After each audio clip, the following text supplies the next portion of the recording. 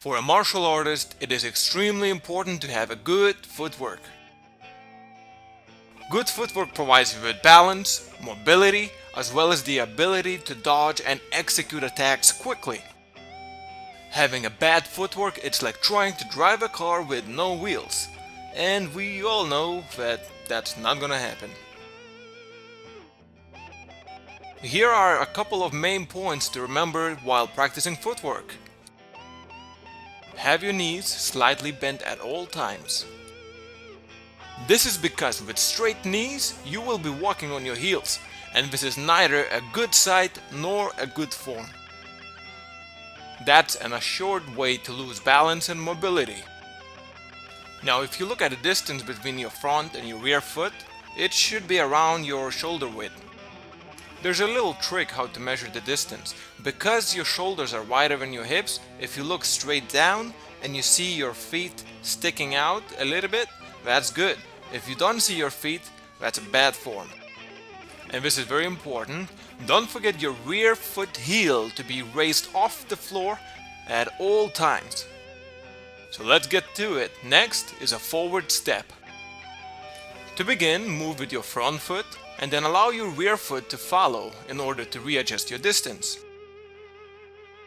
Please remember, do not move with your rear foot first while doing a forward step, because in that case you will narrow your stance so much that you will lose your balance. Next is a backward step, also known as a retreating step. It's very simple. Remember the forward step? Just reverse the motions. Which means that you need to move with your rear foot first and then follow up with the front foot in order to readjust your distance. Just like before, avoid making your stance too narrow, which means in this case, first move with the rear foot, not the front foot, because otherwise you will be unbalanced. The key is in practicing it over and over and over again until you perfect it. So practice until you get it down well, the forward and backward steps. Once you get it down well and you're fluid and you don't need to think about it, that is when you can move on to the next technique.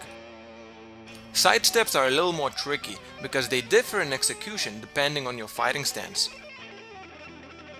Let's take a look at a side step executed from a conventional right leg back stance.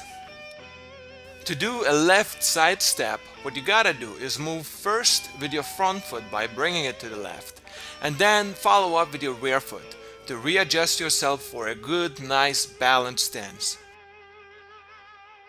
When doing a left side step, make sure to never move with your rear foot first.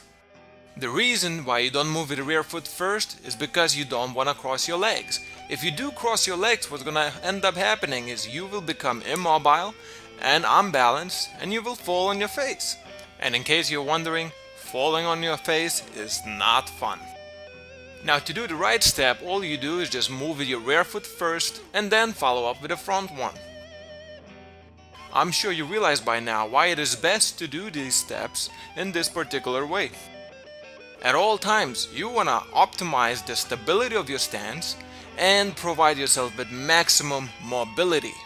If you're like me and you prefer right leg forward unorthodox stance, then just follow the rules that I mentioned before.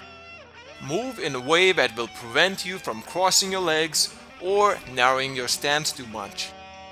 So there it is, those are all the basic steps that you need to know. There are many more other footwork techniques that I can show you, but for now just practice these basic ones until you can move fluidly like water.